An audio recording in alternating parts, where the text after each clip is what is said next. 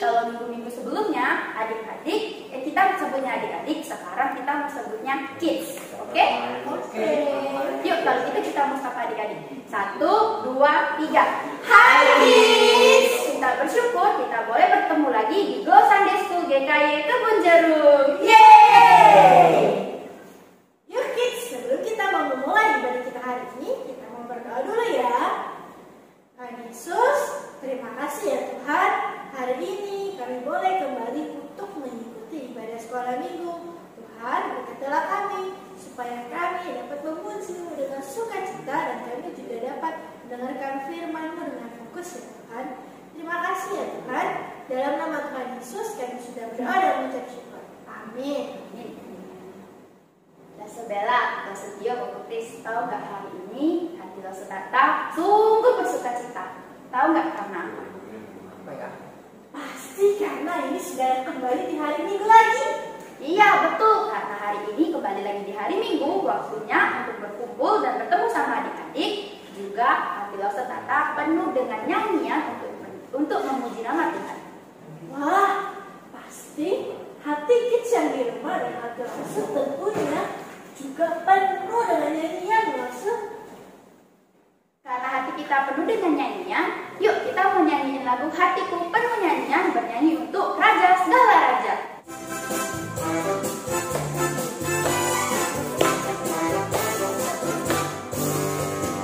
Hatiku penuh nyanyian, hatiku penuh nyanyian, hatiku bernyanyi untuk Raja segala raja. Hatiku penuh nyanyian, hatiku penuh nyanyian, hatiku bernyanyi untuk Raja segala raja. Sembahlah dan pujilah Dia, sembahlah dan pujilah Dia, sembahlah dan pujilah Dia, Raja segala raja. Dialah Raja, Raja, Dialah Tuhan, Tuhan, namanya Yesus, Yesus, Yesus, Yesus. Oh Dialah Raja. Aku anak raja, kau anak raja, kita semua anak raja. Aku anak raja, kau anak raja, kita semua anak raja. Haleluya, puji Tuhan, haleluya, puji Tuhan, haleluya, puji Tuhan, haleluya. Haleluya, puji Tuhan, haleluya, puji Tuhan, haleluya, puji Tuhan, haleluya. Sekali lagi, aku anak raja. Aku anak raja, kau anak raja, kita semua anak raja. Aku anak raja, kau anak raja, kita semua anak raja. Haleluya, puji Tuhan, haleluya, puji Tuhan, haleluya, puji Tuhan, haleluya. Haleluya, puji Tuhan, haleluya, puji Tuhan, haleluya, puji Tuhan, haleluya.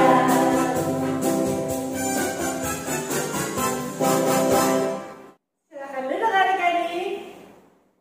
Nah, hati kita kan sudah penuh dengan pujian, tetapi masih ada yang kurang kalau kita belum mendengarkan firman Tuhan nih. Nah, oleh karena itu, yuk kids, kita sebelum mendengarkan firman Tuhan, kita nyanyiin lagu Firman Tuhan Ada di Hatiku. Sambil bangkit berdiri, ikutin gerakannya dengan semangat ya. Oke.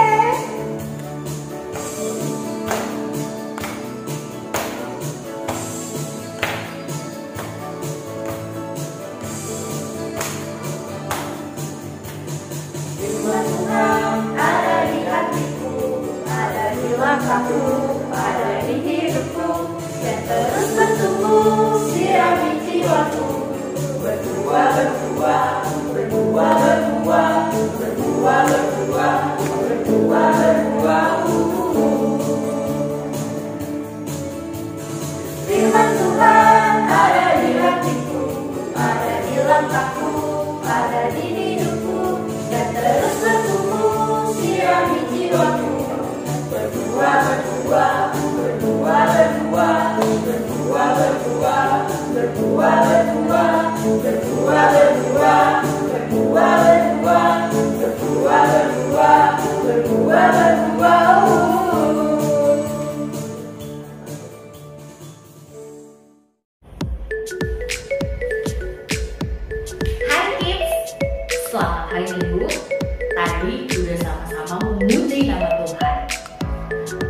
ini Losrere sangat bersyukur, sangat bersemangat, dan sangat-sangat bersuka cita karena hari ini Losrere bisa jumpa lagi sama adik-adik dan ibadah bareng sekalipun kita masih harus di rumah masing-masing.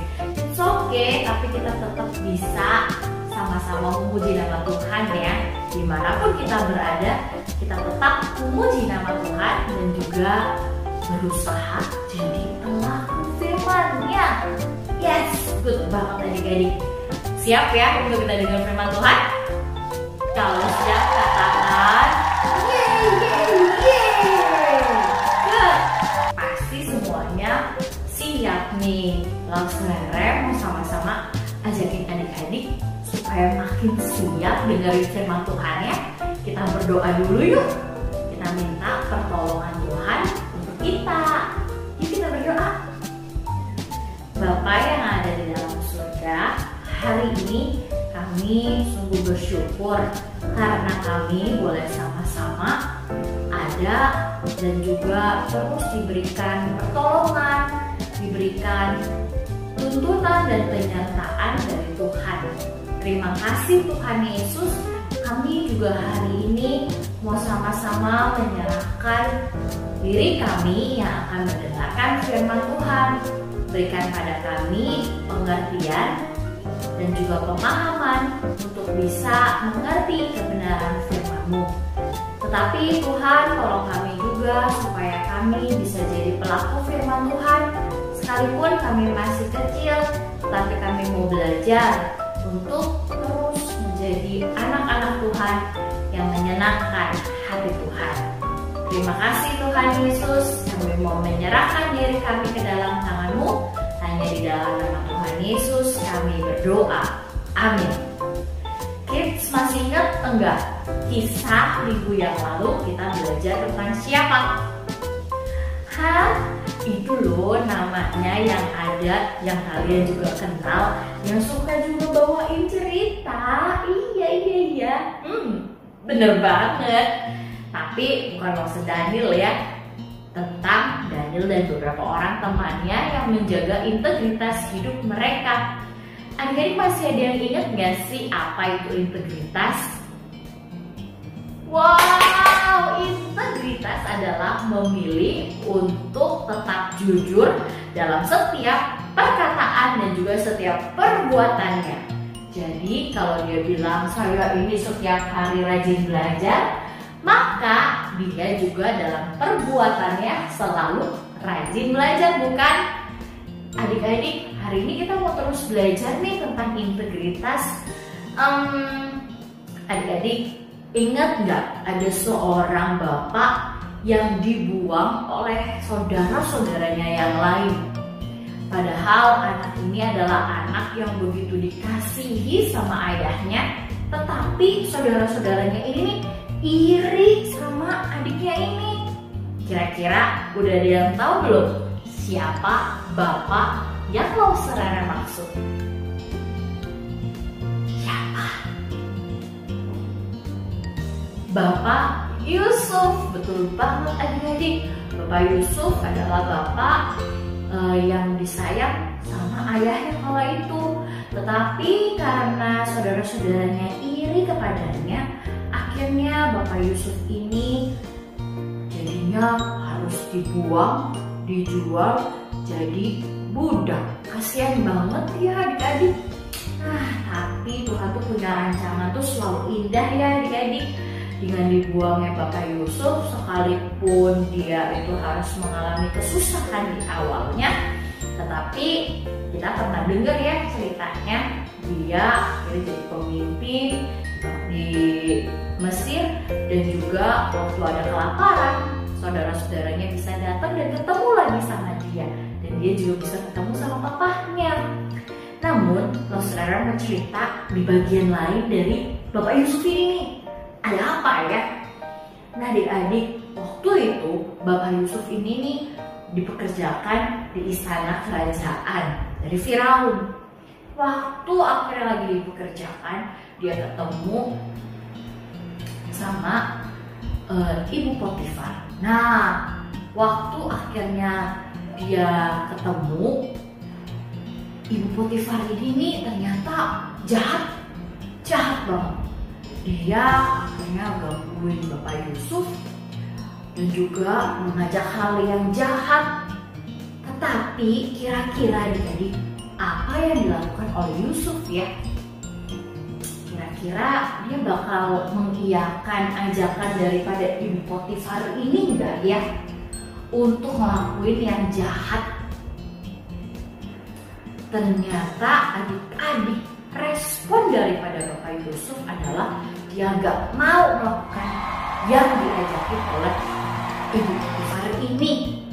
Dalam ayat yang 30 dari Kejadian 39 ayat yang ke-9 kita bisa lihat Bapak Yusuf bilang begini, bagaimanakah mungkin aku melakukan kejahatan yang besar ini dan berbuat dosa di hadapan Allah. Wih, adik-adik, Bapak Yusuf keren banget ya. Dia bisa dengan yakin berkata bagaimana mungkin aku melakukan kejahatan yang besar ini dan juga melakukan dosa di hadapan Allah. Duh, saudara bayangin kalau misalnya kita, ya mungkin kita bisa aja punya godaan untuk misalnya nyontek. Kita lagi ujian gak bisa, terus akhirnya kita tergoda untuk mencontek. Kita ingat gak boleh mencontek, itu tuh jahat, itu tuh dosa di hadapan Tuhan. Tapi karena kita akhirnya gak bisa ngerjain ujian, terus nanti nilainya jelek, aduh, aku mulai tergoda untuk nyontek. Kira-kira jadi gimana? Kalau Bapak Yusuf ada di situasi lagi ujian, terus dia nggak bisa, saya yakin Bapak Yusuf akan tetap nggak, aku tidak akan memilih mencontek, aku akan tetap berusaha. Kalau hasilku buruk, pasti aku akan lebih rajin untuk belajar lagi nantinya supaya aku tidak mendapatkan nilai yang buruk. Saudara bayangin kayak gitu tuh kalau Bapak Yusuf ada di masa kini ya adik-adik. Nah, adik-adik yang dikasih Tuhan, Bapak Yusuf gak cuma sekedar berkata menolak ajakan daripada Ibu Potifar loh, tapi dia benar-benar kabur abis itu supaya dia gak jatuh dalam dosa. Karena dia gak mau menyakiti hati Allah. Dia tahu dosa itu dibenci oleh Allah. Benar banget nih adik-adik, ini hal yang perlu kita pelajari. Dan Yusuf bisa dikatakan sebagai seorang yang berintegritas. Dia nggak cuma sekedar berkata-kata, tetapi dia juga melakukannya. Keren banget Bapak Yusuf. Dan Bapak Yusuf ini menjadi teladan buat setiap kita nih adik-adik. Adik-adik, ketika kita menjadi seorang yang berintegritas, akan ada banyak sekali manfaatnya untuk setiap kita dan kebaikannya loh. Apa aja sih loh saudara kebaikannya kalau kita itu menjadi seorang yang hidupnya berintegritas? Apa yang dikatakan dan apa yang diperbuat itu sama. Loh saudara kasih tahu ya sama adik-adik, kalau kita hidup dari sekarang ini jujur, melakukan hal yang benar, tidak ikut-ikutan tidak berkompromi dengan kebohongan, dengan dosa, adik-adik kita akan jadi orang yang dipercaya. Enak kalau hidupnya dipercaya. Bayangin dong kalau misalnya adik-adik gak dipercaya sama orang, susah banget mau ngapa-ngapain juga loh. Lalu yang kedua, kita karena udah dipercaya, omongan kita itu akan didengarkan.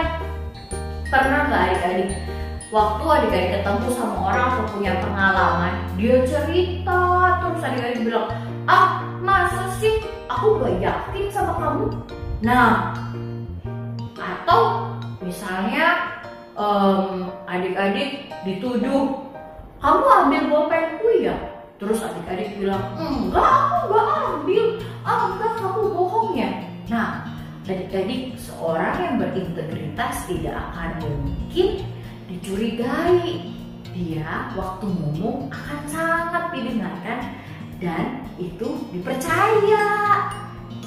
Itu hal yang baik ya kalau kita berintegritas. Lalu kita juga akan mengalami sukacita, damai sejahtera ketika kita menghidupi sebagai seorang yang berintegritas. Adik-adik, berintegritas ini nggak cuma sekedar kita lakukan kepada sesama kita loh. Sebenarnya ketika kita menghidupi hidup yang berintegritas, kita itu juga sedang melakukannya di hadapan Allah. Contoh konkretnya seperti ini. Kalau adik-adik lagi marah, kalau adik-adik lagi sedih, kalau adik-adik lagi takut, adik-adik bisa datang sama Allah. Adik-adik bisa ngomong sama Tuhan. Iya, ceritain aja. Adik-adik, berdoa itu bukan cuma sekedar kita minta sesuatu, kita minta berkatnya doang. Tidak. Tetapi dengan kita berdoa, kita itu lagi berkomunikasi sama Allah.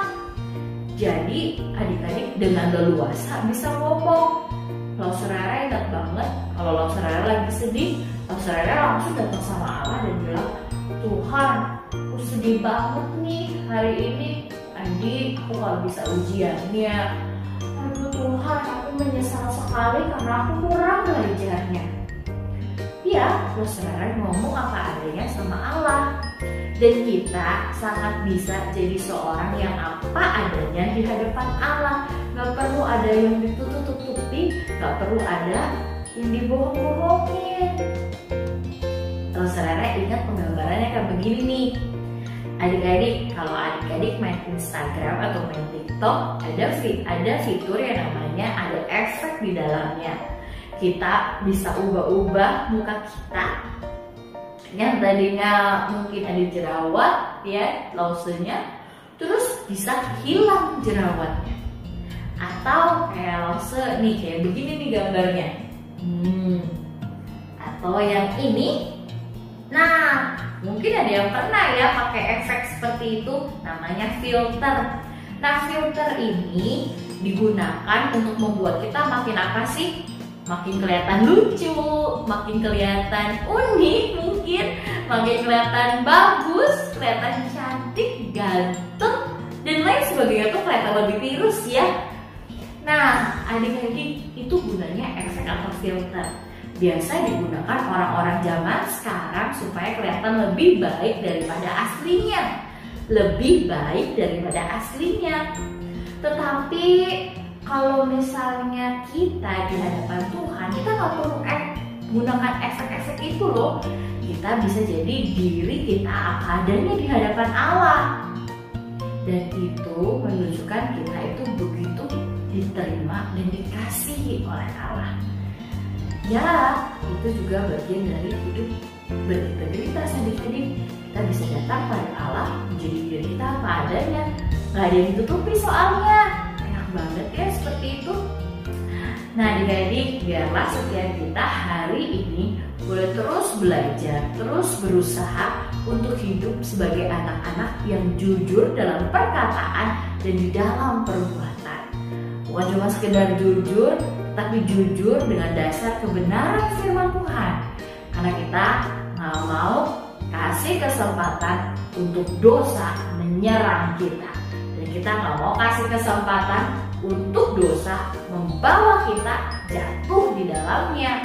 Tapi kita mau memberikan kesempatan bagi Allah untuk kita boleh terus berjalan di dalam kebenaran. Ya adik-adik, siap untuk terus berusaha dan berjuang dalam integritas? Saudara Rema siap banget nih. Kita akan ditolong oleh Allah Roh Kudus dalam melakukannya. Jadi kita gak berjuang seorang diri. Hari ini saudara mau ajak setiap kita ayat hafalan ya. Siap semuanya?